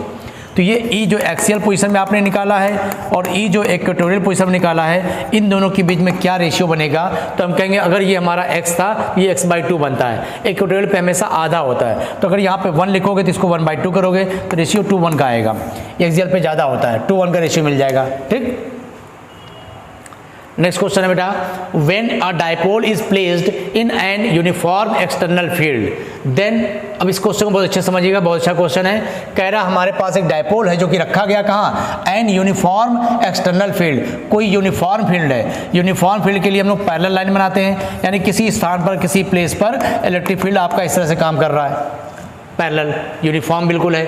अब इसके अंदर कह रहा है एक डायपोल को रखा जाए, तो डायपोल को रखा जाए, कैसे रखा जाए ये तो बोला नहीं है, तो डायपोल को रखा जाए। पहला ऑप्शन है किसके ऊपर, net force on dipole is 0 but torque is non zero. देखिए डायपोल को कैसे रखा गया ये क्वेश्चन में नहीं लिखा है, तो डायपोल को रखने के हमारे पास दो ऑप्शन हो गए, या तो हम इसके पैरेलल रख दे या किसी एंगल पर रख दे। तो आपको मालूम है अगर हम पैरेलल रखते हैं डायपोल को, ये -q और ये +q, तो किसी भी डायपोल को अगर इलेक्ट्रिक फील्ड के आप पैरेलल रखते हो तो पॉजिटिव चार्ज पे फोर्स इधर लगेगा, नेगेटिव पे इधर लगेगा, और ये दोनों फोर्स की वर्किंग लाइन सेम होगी तो ये दोनों आपस में कैंसिल आउट हो जाएंगे। तो नेट फोर्स कितना हो गया, इसके ऊपर लगने वाला नेट फोर्स हो गया 0, और इसके ऊपर टॉर्क लगेगा नहीं क्योंकि दोनों फोर्स आपस में एक दूसरे को कैंसिल कर रहे हैं। लेकिन अगर इसी डायपोल को इसी यूनिफॉर्म इलेक्ट्रिक फील्ड के अंदर अगर हम किसी एंगल पर रखे होते, किसी एंगल पर तिरछा रख देते, अगर डायपोल को ऐसे रखा जाए, ये नेगेटिव है ये पॉजिटिव है, अब क्या होगा, इस पॉजिटिव पे लगने वाला फोर्स इधर, नेगेटिव पे लगने वाला फोर्स इधर, दोनों फोर्स वैल्यू में बराबर, डायरेक्शन में अपोजिट, तो नेट फोर्स अगर देखा जाए तो नेट फोर्स 0 होगा वैल्यू के हिसाब से। लेकिन ये दोनों की फोर्स की जो वर्किंग लाइन है ये डिफरेंट है, इसलिए एक टॉर्क बनाएंगे, यानी टॉर्क की वैल्यू 0 नहीं होगी बल्कि टॉर्क काम करेगा और उसकी वजह से ही रोटेट होगा। ठीक। अब क्वेश्चन में ये तो लिखा नहीं डायपोल को कैसे रखा गया, तो हम दोनों ऑप्शन को ध्यान रखेंगे। तो सिंपल सी बात याद रखिए, डायपोल को आप कैसे भी रखिए, किसी यूनिफॉर्म इलेक्ट्रिक फील्ड में रखोगे तो नेट फोर्स तो जीरो आना ही आना है। और टॉर्क की वैल्यू जो है अगर पैरेलल रखते तो जीरो होती, किसी एंगल पर रखते जीरो नहीं होती। यहाँ पे कोई रखने की कंडीशन नहीं है, तो अब कहेंगे भाई किसी कंडीशन में रखिए आपका नेट फोर्स तो जीरो आएगा, लेकिन टॉर्क जीरो आए या ना आए कोई कंफर्म नहीं है। तो ऑप्शन हो गया हमारा नेट फोर्स तो जीरो होगा but torque is non zero. Next है torque is zero but net force is not, net force तो नॉन जीरो हो ही नहीं सकता।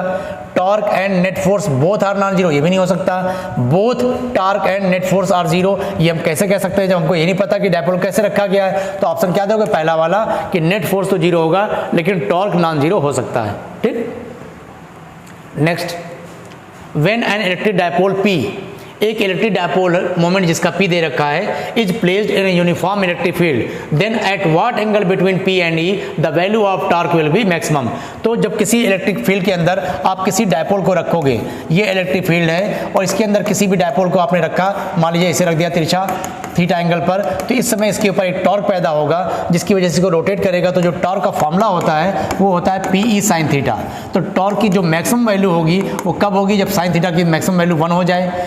तो वो मैक्सिमम वैल्यू कितनी हुई, PE के बराबर। और ये कब होगी, जब sin थीटा की वैल्यू 1 मिल जाए, यानी थीटा 90 हो जाए।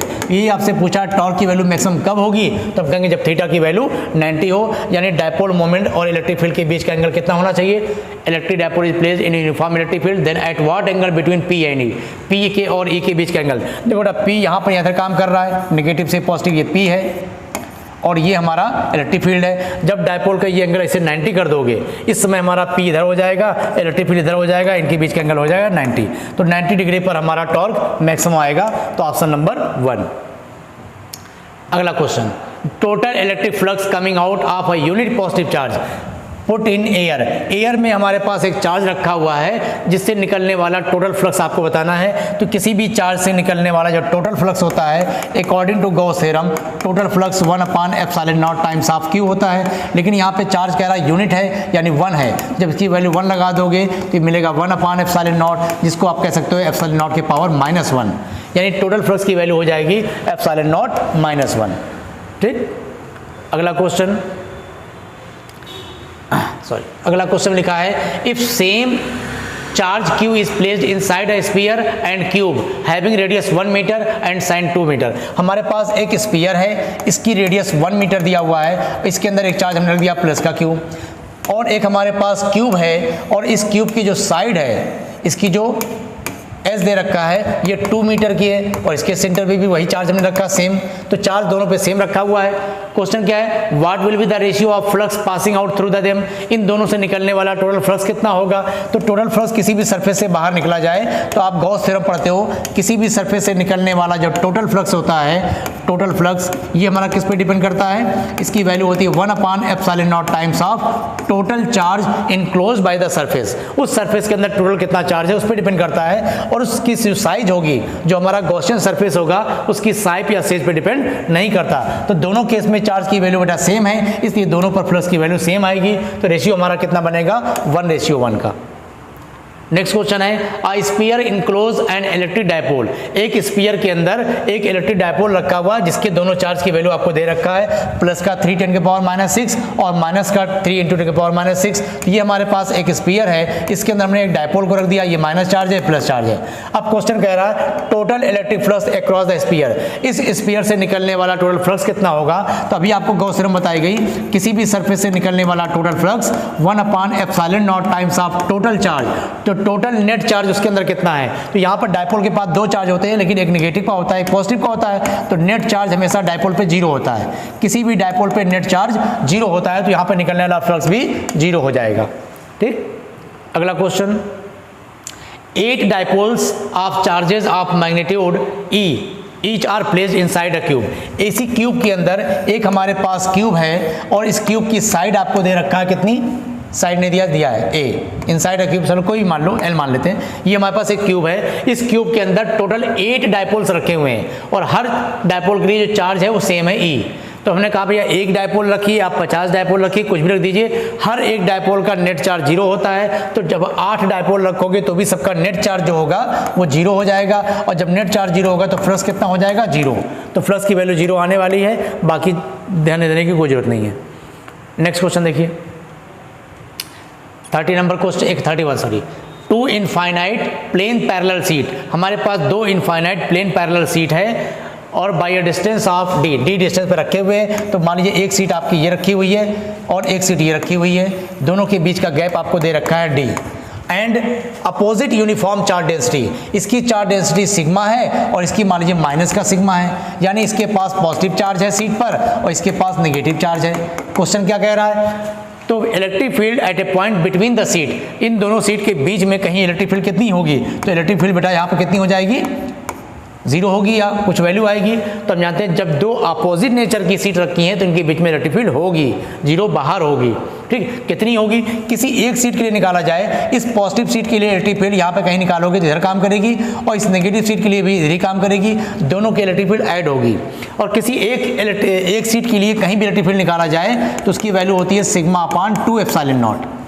अब यहाँ पे 2 हो गए, दोनों एक ही तरफ काम कर रहे हैं, तो पहले की भी इतनी होगी, दूसरे की भी इतनी होगी, क्योंकि सरफेस चार्ज डेंसिटी सेम है, केवल नेचर का फर्क है। और दूसरी बात जो होती है, इलेक्ट्रिक फील्ड किसी सीट की वजह से डिस्टेंस पे डिपेंड नहीं करती, कहीं भी आप निकालिए इसके बीच में तो यही होगा। अब इन दोनों को जब ऐड कर दोगे क्योंकि एक ही डायरेक्शन में है तो नेट इलेक्ट्रिक फील्ड कितना हो जाएगा, sigma upon epsilon not.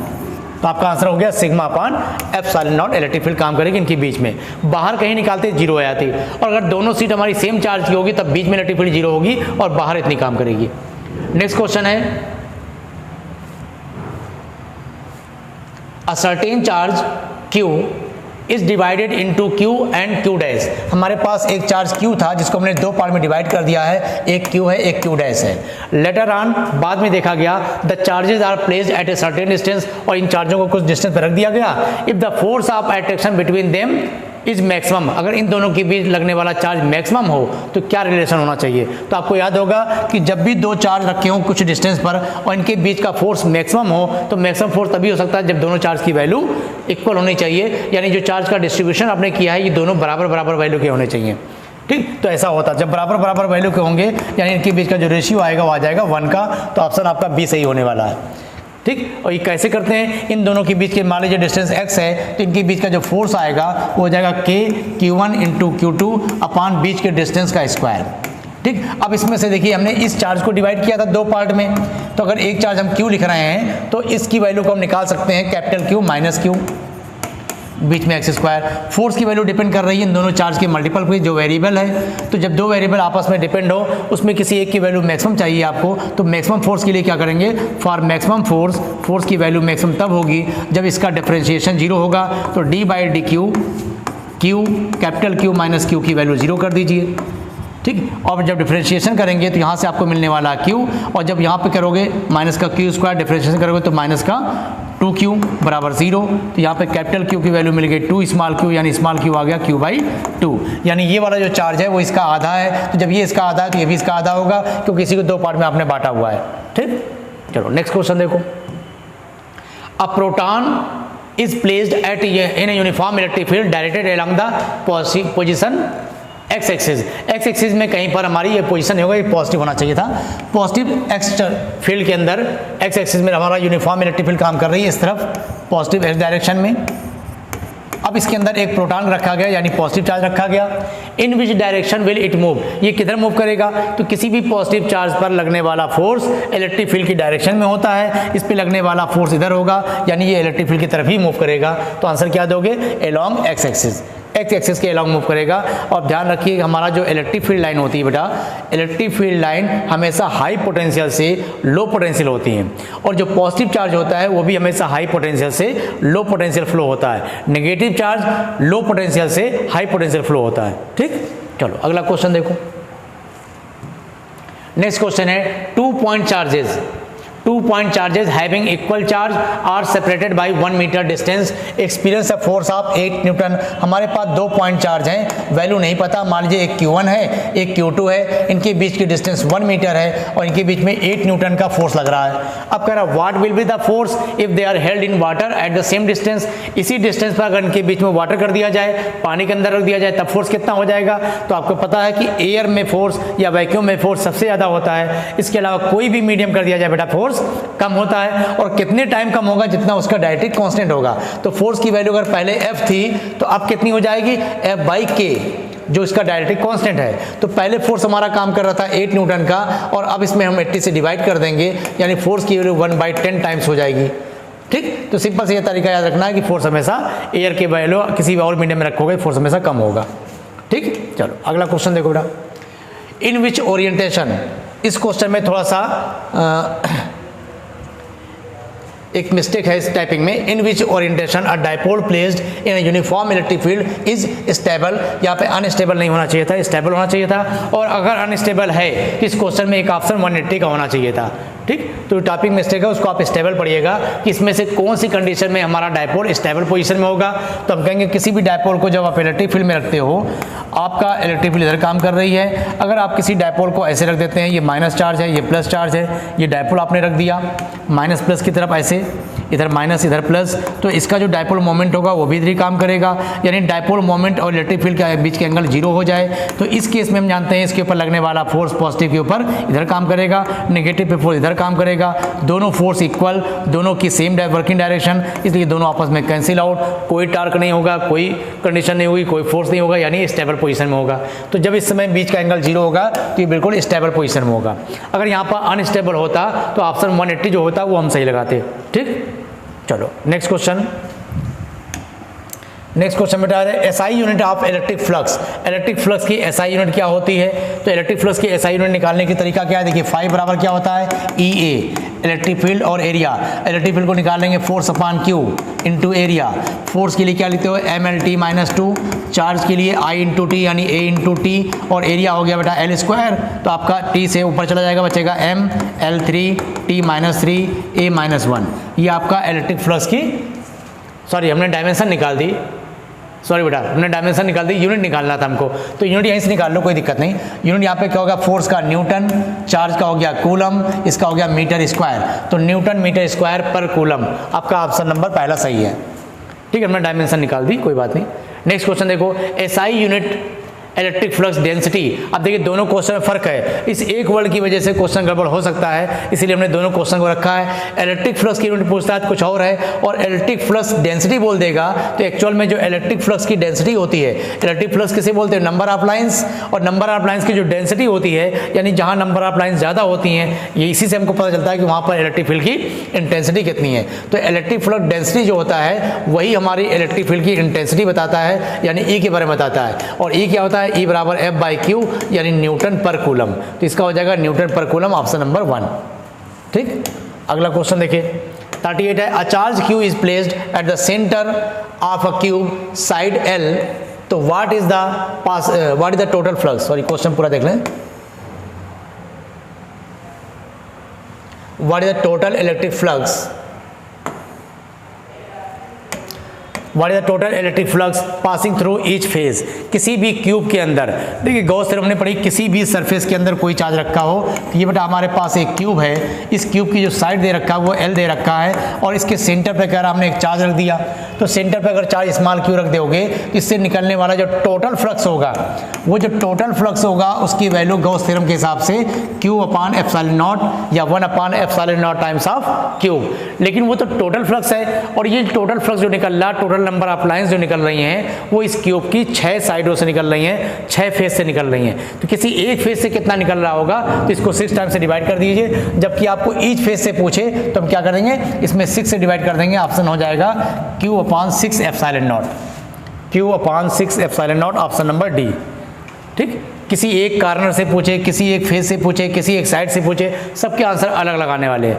Next question है, how the electric field E depends upon the distance R due to an infinitely long thin straight charge wire, हमारे पास एक बहुत पतला सा इनफाइनाइट लेंथ का चार्ज वायर हो, इस पे पूरा चार्ज डिस्ट्रीब्यूटेड है, ठीक, और इसका जो लीनियर चार्ज डेंसिटी है, यूनिट लेंथ में पड़ने वाला चार्ज जिसको आप बोलते हो लीनियर चार्ज डेंसिटी, वो लैम्डा है। तो इसकी वजह से कहीं भी आप आर डिस्टेंस पर इलेक्ट्रिक फील्ड निकालने वाले हैं तो आर डिस्टेंस पर जो इलेक्ट्रिक फील्ड का फॉर्मूला होता है वो होता है lambda upon 2 pi epsilon naught into R. तो ये जो ई है इलेक्ट्रिक फील्ड आर पे कैसे वेरी कर रही है, कैसे डिपेंड कर रही है, तो हम कहेंगे ई इनवर्सली प्रोपोर्शनल टू आर, यानी ई हमारा डिपेंड करता है आर की पावर -1 पर, या कह सकते हैं 1/r पर। तो ये 1/r पर डिपेंड कर रहा है, ठीक। Next, how the electric field E depends upon the distance R due to uniform charge distribution of a thin infinite plane. पिछले क्वेश्चन में बोल रहा था एक हमारे पास पतली वायर है, एक रॉड थी, कंडक्टिंग रॉड वायर, इस बार कह रहा है एक पतली इनफाइनाइट प्लेन सीट है। तो किसी सीट की वजह से कहीं पे जब इलेक्ट्रिक फील्ड निकालते हो, ये पूरी हमारी सीट हो गई, जैसे पेपर की सीट होती है कागज, ये पूरी चार्ज से भरी हुई है, इसकी वजह से आर डिस्टेंस पर कहीं भी इलेक्ट्रिक फील्ड आप निकालते हो तो फॉर्मूला होता है सिग्मा अपान 2 एप्सिलॉन नॉट, जहाँ पे सिग्मा इसकी सरफेस चार्ज डेंसिटी है, और सरफेस चार्ज डेंसिटी को आप चाहो तो चार्ज अपान एरिया कर सकते हो। तो भी आप देखोगे इस फॉर्मूले में कहीं डिस्टेंस नहीं आ रहा, यानी आर का कहीं कोई रोल इसमें नहीं है। तो प्लेन सीट की वजह से कहीं भी इलेक्ट्रिक फील्ड निकाला जाए तो वो बेटा आर पे डिपेंड नहीं करती, डिस्टेंस पे डिपेंड नहीं करती। यानी अगर कह रहा डिपेंड करती है, बताओ कितने पावर पर, कह देंगे आर के पावर 0 पर, ठीक, आंसर हो जाएगा आर के पावर 0, ठीक है। नेक्स्ट क्वेश्चन बेटा, what is the electric field inside a uniformly charge thin spherical shell. हमारे पास जो एक सेल है पतला सा, thin spherical shell, uniform charge distribution इसके पास है। तो एक हमारे पास सेल है, इस सेल के पास यूनिफॉर्मली चार्ज डिस्ट्रीब्यूशन है, सारा चार्ज बाहर आउटर सरफेस पे आ जाएगा क्योंकि ये हमारा कंडक्टर है, ठीक, अच्छा सेल है, वैसे भी सारा चार्ज बाहर आना है। तो कह रहा है what the electric field inside, इसके अंदर इलेक्ट्रिक फील्ड कितनी होगी, तो बेटा अंदर कोई चार्ज ही नहीं है, इसलिए इलेक्ट्रिक फील्ड 0 हो जाएगी, तो अंदर इलेक्ट्रिक फील्ड 0 हो जाएगी।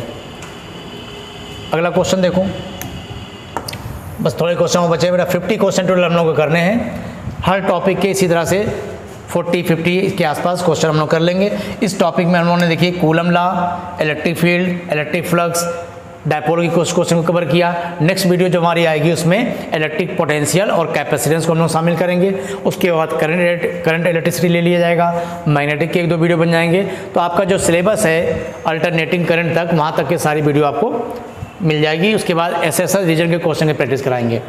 The surface densities on the surface of 2 charge spherical conductor radii R1 and R2 are equal. हमारे पास 2 स्फेरिकल कंडक्टर हैं, एक की रेडियस बेटा R1 है और एक की रेडियस R2 है। क्वेश्चन में क्या कह रहा है, surface density on the surface of 2 charge spherical conductor radii R1 and R2 are equal. इन दोनों की जो सरफेस चार्ज डेंसिटी है इक्वल है। सरफेस चार्ज डेंसिटी इसकी सिग्मा 1 और इसकी सिग्मा 2, ये दोनों इक्वल है। सरफेस चार्ज डेंसिटी किसको बोलते हो, चार्ज अपान एरिया को। तो मान लीजिए इसके पास चार्ज है Q1 और इसकी एरिया हो जाएगी 4 पाई R1 स्क्वायर, इसके ऊपर चार्ज है Q2, एरिया हो जाएगी 4 पाई R2 स्क्वायर। तो यहाँ से आप देखोगे 4 पाई कैंसिल आउट हो गया, तो दोनों पे जो चार्ज का रेशियो आएगा वो आएगा R1 अपान R2 के स्क्वायर के बराबर। अब क्वेश्चन में क्या कह रहा है, the ratio of electric field intensity on the surface. इन दोनों के सरफेस पे जो इलेक्ट्रिक फील्ड होगी उसका रेशियो क्या होगा। तो इलेक्ट्रिक फील्ड का जो रेशियो होगा, इलेक्ट्रिक फील्ड रेशियो कैसे निकालोगे, तो आप कहेंगे सरफेस पे जो इलेक्ट्रिक फील्ड होती है उसका फॉर्मूला होता है 1/4 pi epsilon not Q upon R square, ये फॉर्मूला होता है। तो हमारा जो E है R पे डिपेंड है, Q पे डिपेंड है, तो दोनों के लिए जब रेशियो निकालोगे तो आपका Q1/Q2 बनेगा इंटू R2 अपान R1 का स्क्वायर बनेगा।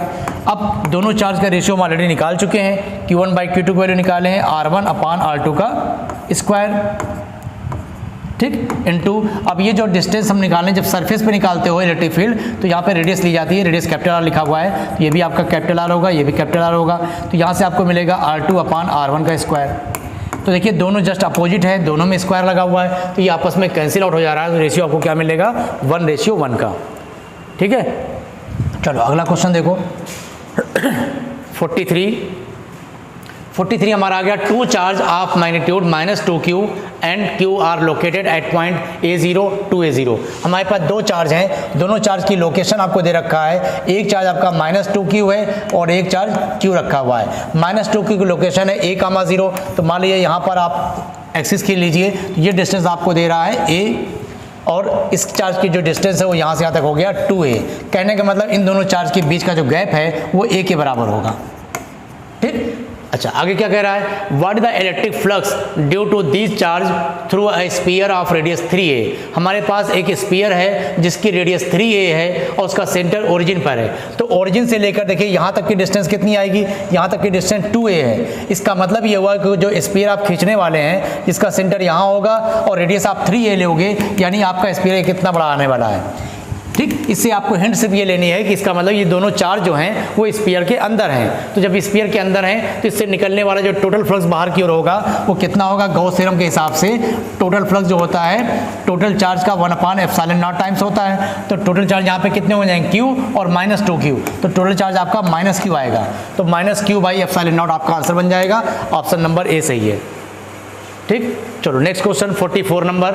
इसमें कह रहा है an infinite line charge produce a field of 9 × 10⁻14 at a distance of 2 centimetre. अभी आपने फॉर्मूला देखा था, इनफाइनाइट आपके पास लाइन चार्ज हो, ठीक है, तो इसके लिए कहीं भी इलेक्ट्रिक फील्ड निकालते हैं तो फार्मूला क्या होता है, λ/2πε0 × r। r यहाँ से डिस्टेंस हो जाएगी। तो कह रहा है जो इलेक्ट्रिक फील्ड की वैल्यू तुमने इसको दे दिया, ई की वैल्यू आपको क्वेश्चन में दे रखा है, डिस्टेंस 2 सेंटीमीटर दे रखा है, ये पूरा कांस्टेंट होता है। तो लैम्डा की वैल्यू आपसे पूछा है कि लीनियर चार्ज डेंसिटी कैसे निकालेंगे। तो पहले इस फॉर्मूले को देखिए, यहाँ पे लिख दीजिए आप 2λ और नीचे 2 से मल्टीप्लाई करोगे बन जाएगा 4πε0, ताकि आपको वैल्यू रखने में आसानी हो जाए। इलेक्ट्रिक फील्ड की वैल्यू आपको दे रखा है 9 × 10⁻4 is equal 2 times of lambda आपको निकालना है, और 1/4πε0 की जो वैल्यू होगी ये हो जाएगी 9 × 10⁻9। ये ऊपर जाएगा आपका 1/4πε0 की वैल्यू लिखेंगे 9 × 10⁻9 और आपका 2λ पहले से है। नीचे है डिस्टेंस की वैल्यू 2 सेंटीमीटर यानी 2 × 10⁻²। 2 से 2 पावर कैंसिल हो गई, 9 से ये 9 कैंसिल कर लीजिए। तो आपके पास यहाँ क्या बचा, ये आके यहाँ मल्टीप्लाई होगा 10⁻² बचेगा इज इक्वल 10⁻9 × लैम्डा। तो लैम्डा की वैल्यू हो जाएगी 10⁻7। तो लैम्डा की वैल्यू आ गई 10⁻7 कूलम पर मीटर। ठीक है, चलो अगला क्वेश्चन देखो। नेक्स्ट है the electric field is given by E is equal to 8I + 4J + 3K। किसी प्लेस पर ये इलेक्ट्रिक फील्ड की वैल्यू आपको दे रखा है। तो find the electric flux through a surface of area 100 metre square. एक हमारे पास सरफेस है जिसकी एरिया 100 मीटर स्क्वायर है और जो सरफेस कहाँ पड़ा हुआ है, XY प्लेन में पड़ा हुआ है। तो अगर कोई सरफेस आपका XY प्लेन में है तो इसका जो एरिया वेक्टर होगा वो Z डायरेक्शन में काम करेगा, यानी एरिया वेक्टर इसका क्या बन गया, Z डायरेक्शन यानी K। अब हमको क्या करना है, इलेक्ट्रिक फील्ड वेक्टर के फॉर्म में दिया था, एरिया भी हमने वेक्टर फॉर्म में निकाल ली। अब कह रहा फ्लक्स कितना होगा।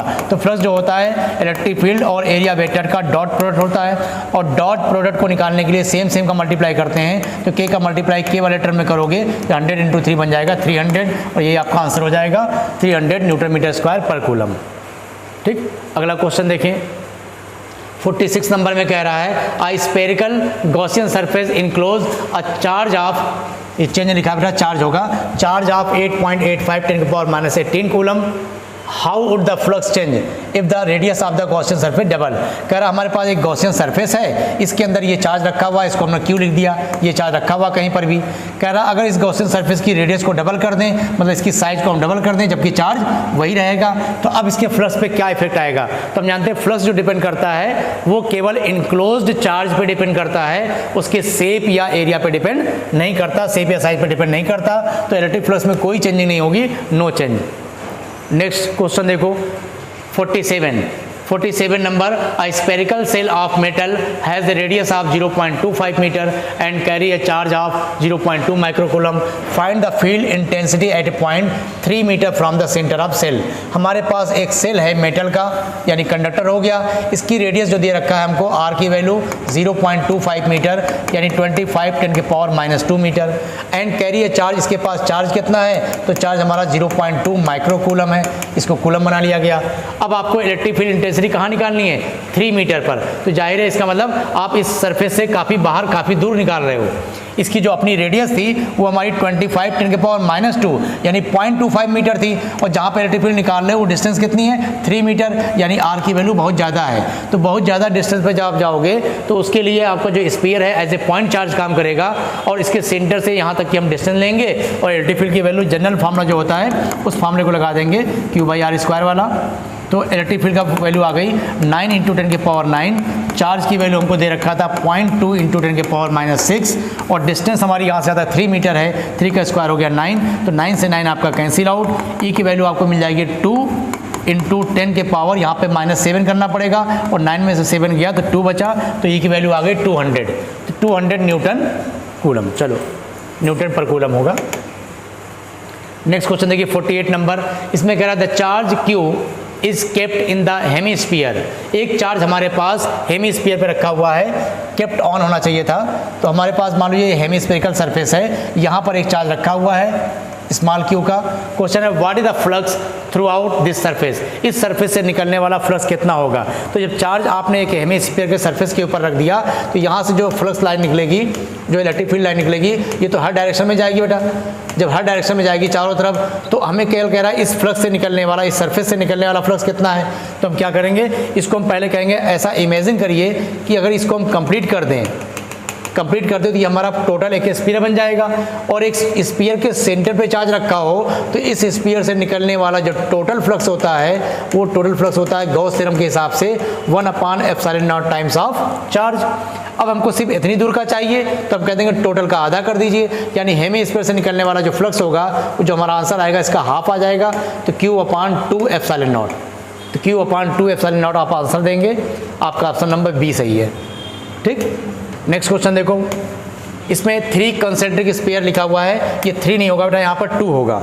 इस क्वेश्चन को यहाँ पे आप 2 कर लीजिए कि वैल्यू आपको 2 की दे रखा है। तो हमारे पास 2 कंसेंट्रिक स्फेरिकल सेल है, यानी ऐसा सेल जिसका सेंटर एक ही जगह पर है। तो एक सेल हमने ये बना दिया, इसकी रेडियस है r, और एक दूसरा सेल बना दो बाहर, और उसकी रेडियस है 2r। तो दोनों की रेडियस आपको दे रखा है, ये दोनों हमारे पास कंसेंट्रिक स्फेरिकल सेल हो गए। आर गिवन चार्ज Q1, अंदर वाले को हमने चार्ज दिया है Q1 और बाहर वाले को चार्ज दिया है Q2। क्वेश्चन क्या है, the surface charge density of the outer surface, जो बाहरी सरफेस है दोनों का, उनकी जो सरफेस चार्ज डेंसिटी है कह रहा इक्वल है then the ratio of Q1 Q2।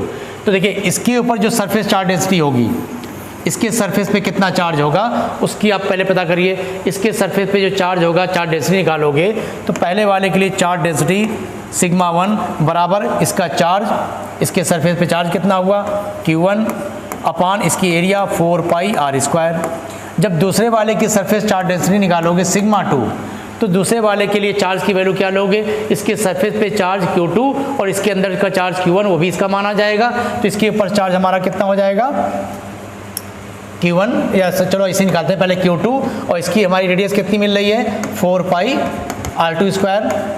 ठीक, तो σ1 और σ2 का जो रेशियो कह रहा है दोनों की वैल्यू सेम है। तो जब दोनों की वैल्यू आप सेम रख दोगे, σ1 बराबर σ2, तो आपको मिल गया Q1/4πr² इज इक्वल Q2/4πr2 की वैल्यू आपको 2r दे रखा था, यहाँ पर 2r² कर लो, 2r का स्क्वायर।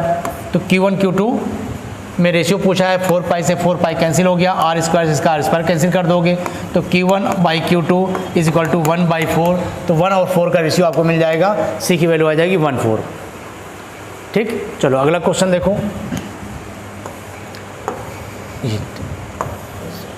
हाँ, लास्ट क्वेश्चन है बेटा ये। इस क्वेश्चन में क्या कह रहा है, 5000 lines of force inter a certain volume of space. किसी स्पेस का कोई भी आप शेप बना लीजिए, ये कोई प्लेस है, कोई स्पेस है, इस स्पेस में 5000 लाइनें जो हैं, फिर 5000 फोर्स की लाइनें यहाँ पर क्या कर रही, इंटर कर रही हैं। यानी फ्लक्स जो इंटर कर रहा है उसकी वैल्यू आपको दे दिया, नंबर ऑफ लाइन्स को ही आप फ्लक्स बोलते हो। तो यहाँ पर 5000 लाइन्स इंटर कर रही हैं एंड 3000 लाइन इमर्ज, और बाहर जो निकल रही वो 3000 लाइन बाहर निकल रही हैं। यानी अंदर इंटर करने वाला जो फ्लक्स हो गया वो 5000 और बाहर निकलने वाला 3000। तो what is the total charge in coulomb with in this volume. तो इसके अंदर कितने आपके पास चार्ज हैं, कैसे पता चलेगा, किसी भी सरफेस से रिलेटेड टोटल फ्लक्स की जो वैल्यू होती है वो डिपेंड करती है 1/ε0 times of charge. Total flux कैसे निकालोगे, किसी सरफेस में इंटर करने वाला फ्लक्स नेगेटिव होता है और बाहर जाने वाला फ्लक्स पॉजिटिव होता है। ये पॉजिटिव वैल्यू हो गई, ये नेगेटिव वैल्यू हो गई, दोनों को करेंगे टोटल फ्लक्स आ जाएगा माइनस का 2000। 1/ε0 की वैल्यू होती है 8.85 इंटू 10 के पावर -12 इंटू क्यू, और इसी चार्ज को हमें पता लगाना है। तो चार्ज की वैल्यू कितनी हो गई, सिर्फ इसको जाके मल्टीप्लाई कर दीजिए, बस आंसर हो गया। और नेगेटिव का आपको चार्ज मिलने वाला है, तो वैल्यू सिंबल तो पूछा नहीं है, सिंबल किसी में नेगेटिव नहीं आ रहा, वैल्यू देखते हैं क्या मैच करती है। ये 3 0 आपको यहाँ पावर को कम कर देंगे, 10 के पावर -9 कर देंगे।